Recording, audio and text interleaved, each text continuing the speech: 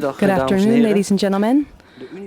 The universal vision of Rãja-Yoga education was put into practice around 1900 by Catherine Tingley, the third leader of the Theosophical Society. In California, she led a community at Point Loma where children were educated according to the principles of Rãja-Yoga. Once she was asked what her secret was, and she replied, "My secret is building the right atmosphere. If you can do that, everything else will come." The atmosphere of which she speaks plays an important role in education in general, but we already heard a lot about this morning, but it is crucial in these first few years. In order to understand this, we will first look at what is meant precisely by atmosphere. What is atmosphere? Can you recall sometimes feeling attracted to people that seem to radiate a particular characteristic and who make you feel comfortable? Someone is then radiating a certain atmosphere which instantly seems familiar. You could also think about an influential zone to which you are drawn. If you make the comparison with a solar system that is in the influential atmosphere of the sun, you could imagine every human being as a sun with his own area of influence to which other people react. We build on the inner regions of our composite constitution an atmosphere or dynamic field around us that we, with our inner antennas, so to speak, can pick up. And the atmosphere is mainly determined by our thinking. It is not tangible with our external senses, but the same applies to our modern means of communication. Just as radio waves are transmitted and received to spheres invisible to the naked eye, you could say that we as humans are both transmitter and receiver. At different frequencies, spiritual, mental, and emotional, we send out signals that we also pick up from others. Depending on the degree with which we resonate with the influential atmosphere of others, we are in sympathy with them or not. If this is the case, then we are on the same wavelength, congenial. As previously mentioned, the concepts of resonance and atmosphere play a very important role in the first few years of education. This will clarify if we look at which state of consciousness the child is located. If he is busy with the involution or the rooting in, and what is evolving or being expressed at this stage. With a newborn baby, and we were just talking about this as well, we see a helpless little body on the outside, but now we know there's much more to it than that. The reincarnating part is present in the background on the inner spheres, building up his instrument. He's building up his body. It is our most spiritual phase, albeit unself-conscious. The reincarnating man has just emerged from the spiritual realms, which is still his corresponding state. The gate is still open to these realms, so to speak. Since we have barely developed these highest aspects in our present evolutional stage, it is difficult to describe and imagine the state of being. Yet, you probably understand what a father meant when he said to me recently that the birth of his child was a sacred moment to him. Another parent mentioned a child being in a heavenly state. It is as Blavatsky, the founder of the Theosophical Society, she said that more soul than body, and the eyes of a newborn seem to look right through you. The child is still in an unself-conscious dream state with a universal character where it experiences no distinction and is still one with the whole. The higher nature is present, but still passive in the background, but nonetheless noticeable by the environment. A serene atmosphere surrounds a newborn child, and think again about this resonance, which also produces a corresponding vibration in us, appealing to our higher nature. For example, parents experience an immediate unconditional love for the child and often forget themselves were caring for it. In the viewpoint of recapitulation, going through our early evolutionary stages, The child is now in the phase of the beginning man, or the incipient humanity, in which we were still in an unself-conscious, dreamlike state, but of spiritual, universal characteristic. We had yet to develop language, and communication was at this stage without words, directly from soul to soul, so to speak.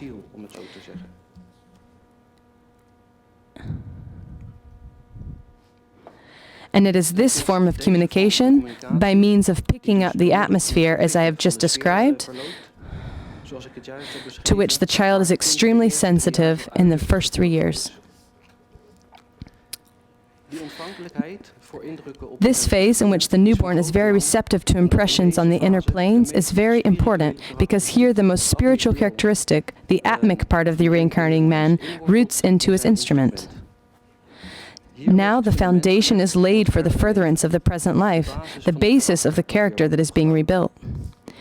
And if we can touch on like-mindedness, that resonance principle, you will also understand the importance of the influential sphere of the parents in this receptive period.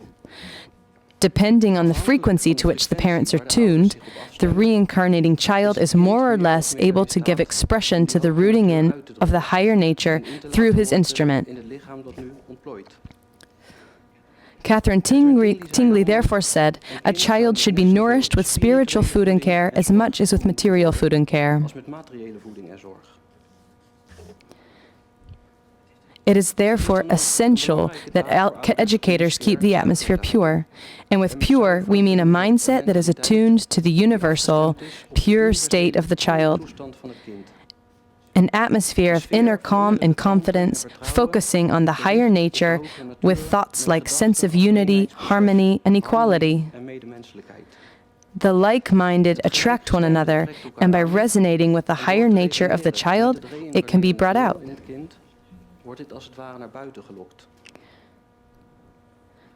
During this first period, the child is still strongly linked with his parents on an emotional level, and the mental image, the inner atmosphere they construct, is a living energy that literally feeds the reincarnating part in that sphere.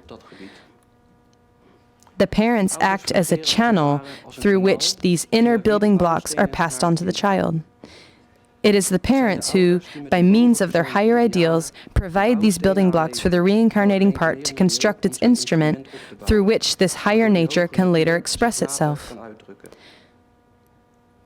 The more universal the ideal, the more universal the expression of it by the persona. Another quote from Catherine Tingley is from a text in which she paints a picture of an ideal situation of parents who build this atmosphere, and she uses the metaphor of a home being built.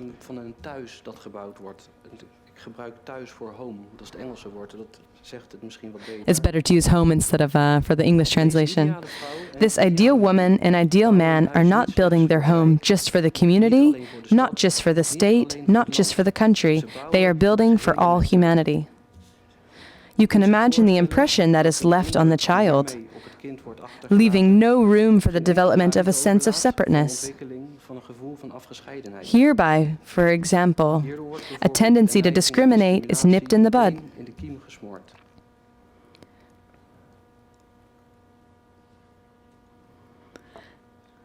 In Point Loma, the community I mentioned earlier, this principle of resonance was not only used by the educators. Children from the age of 18 months already joined the classroom with the older children who were being taught. They were not having lessons as the older children, but by being present in an atmosphere of concentration and attention, they resonated with these characteristics. And in a way, they were copying the older children in which the first foundations were laid for the ability to concentrate. This resonance principle works both ways, not just from the environment to the child, but also the other way around, as we've seen by parents on which the appeal was made of unconditional love. That pure atmosphere of the baby has a definite influence on his atmosphere. There's this program, The Roots of Empathy, which is a good example of this. In this experiment, the teacher of a class was replaced by a few months old baby with the aim to cultivate empathy within the students. About 500,000 school children have participated in this program, And among these kids that have participated up until now, there was a significant increase in social skills and a sharp decrease in bullying. In addition to the parents ensuring a pure atmosphere, another important factor is providing rhythm and regularity. By providing the child with regularity, based on the natural cycles, the cosmic rhythm, the universal principle that is now involving can optimally strike root. Rhythm and regularity are the first tools needed in order to attain a certain self-control, which is the essence of Rãja-Yoga education. By allowing the lower nature to follow the rhythm of the higher, the first patterns are set in place which allow the higher nature to lead and be in control over the physical aspect that is now developing. After the first few months of a baby's life, a new phase begins. According to child development psychology, around 9 months old, the baby becomes aware that he is not an inseparable part of others. At the same time, the first feelings are felt.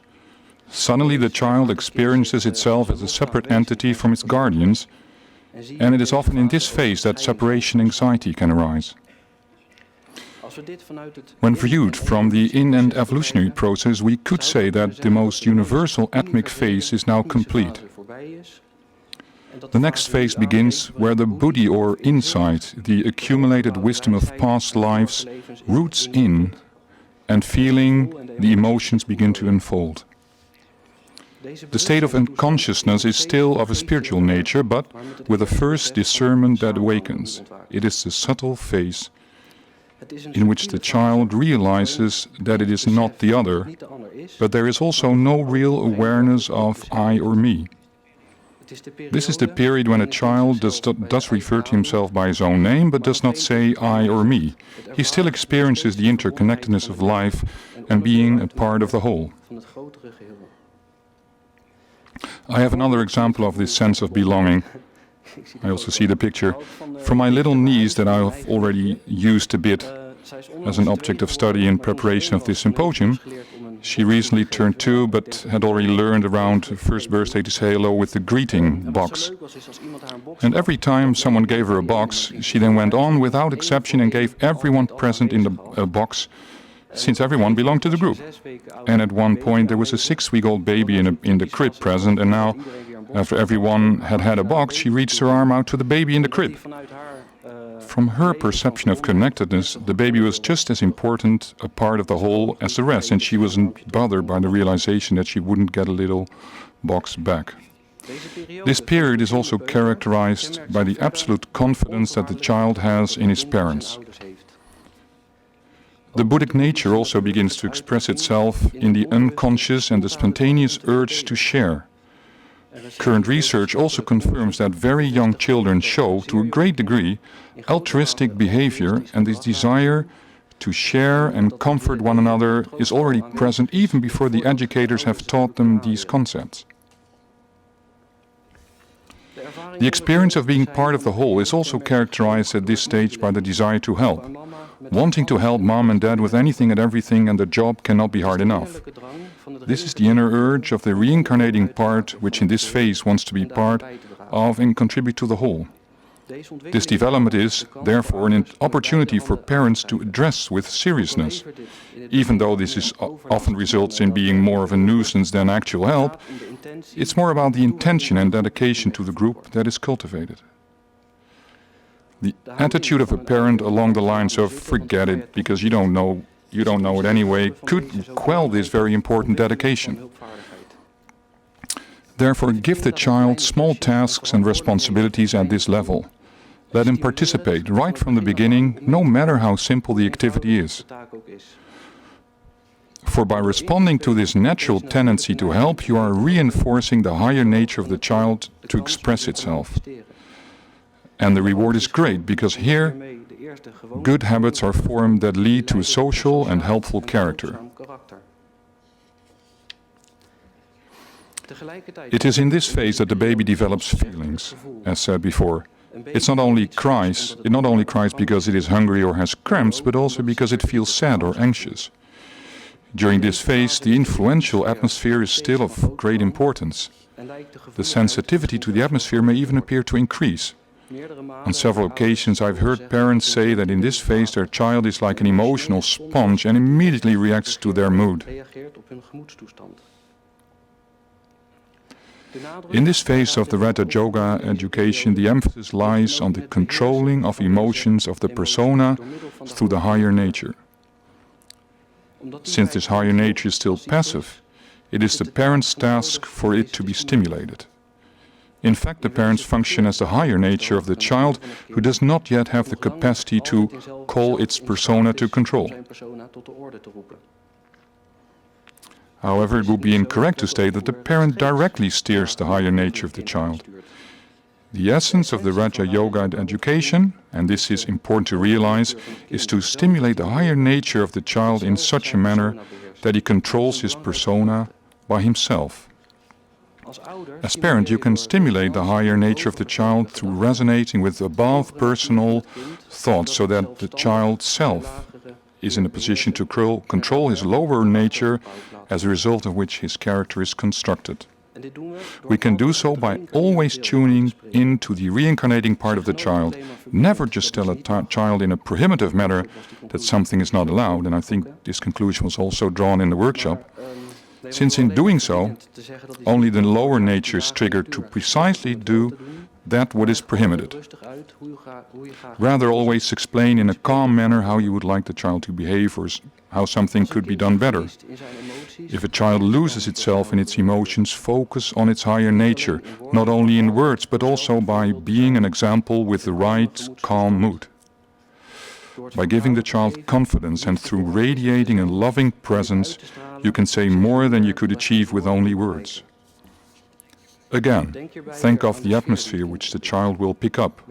Through confidence in its higher nature and an inner conviction in what you wish to transmit, you will be in a direct contact with that part of the child which will once again have to take the lead. You can make it resonate at the right frequency so that he will be able to resume control of himself. It should be clear that a counterproductive effect will be achieved if the parent loses his temper, thereby lowering himself to the same frequency of the frustrated child, which is then only worsened. Therefore, it is important to always, or I should say challenge, to always remain patient, with a clear motive and a strong intention to call upon the child's higher nature. As a parent, to focus on the higher nature also implies that you do not just give in to all the persona's wishes. By spoiling a child or giving it in to his lower desires and impulses, the influence of the higher self is weakened. Often with the best intentions, parents give in to the personal desires of their children, not realizing that this habit will become a part of the child's character, with all adverse consequences associated therewith, which will become apparent at a later stage. Setting clear limits for the persona may seem strict, but in fact it's the most loving thing you can do for a child. By enabling the child to learn to control itself and to be balanced, it will be empowered to be in control at a later age under the most difficult circumstances. In this context, Catherine Tingley speaks illustratively of giving the child a shining armor through which it is equipped to deal with the battle of life. By stimulating this self-control, the higher nature of the child will become the leader, through which, in this spirit, the basis is formed for the true strength of character. In conclusion, we can say that what now takes root will be easier to further develop at a later stage.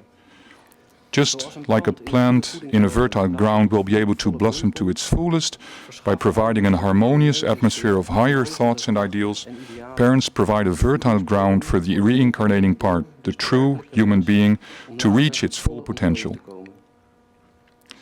I will conclude with the same words of Catherine Tingley with which I started this lecture. And I hope that you will now see and understand the deeper meaning behind the words and what she meant when she said, "My secret is building up a right atmosphere. If you can do that, everything else will come."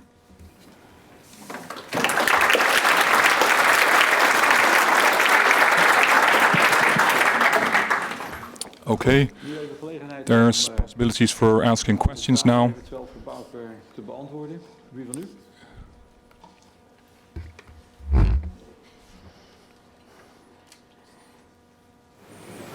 Ik vond het zeer cirkel. I thought it was very atmospheric. Thank you very much. Vraag hier over Arie? Ja? Oké. Bouke, you said that a newly born child does not make a difference and is universal. But I can remember situations in which a child wanted to be taken up by one person and not by the other. Sure, that's the case, but it's not like an absolute. It will become less and less universal. The ability to make differences between persons is developed. I'm thinking it's just our most universal phase. That's what I wanted to say. Not it's like absolute that a child is not able to see differences between people. Of course, it's difficult because you cannot ask a baby. And I think babies will be able to see the universe as a whole, and it's one with its environment and with the parents. I think the word universal should be maybe looked upon differently, namely the fact that a child wants to be with one baby wants to be with one person, not with another, doesn't mean to say that it's not universal. You can be universal and at the same time be careful in making contacts. Laughter. You had a question behind?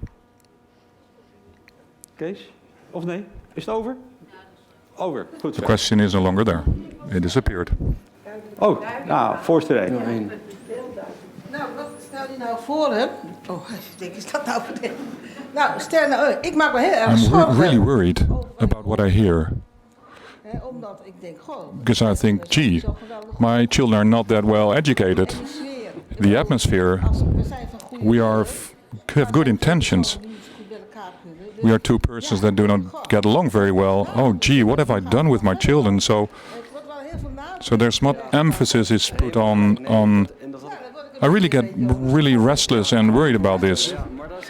I really can understand this, but there's really no reason for that. And to be honest, I don't think anyone in this room will actually have raised his children in this manner, and that it happens. It would be great if it is done in this manner, but if it doesn't happen, then really there's always a possibility to infect at a later stage. Yeah, to correct the education, which is actually what will we address tomorrow. I may ask you to come back tomorrow, but I realize this is the ideal picture, and it's not like reality is. This is a society that you are presenting, and if I look at the humans around me, we didn't achieve anything of what you have described. So I'm wondering what will happen? How will we live together? I'm thinking, and I see around me people who had the worst education but the best development. So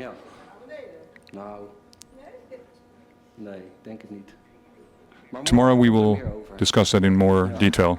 That's very easy, isn't it? But it says it is.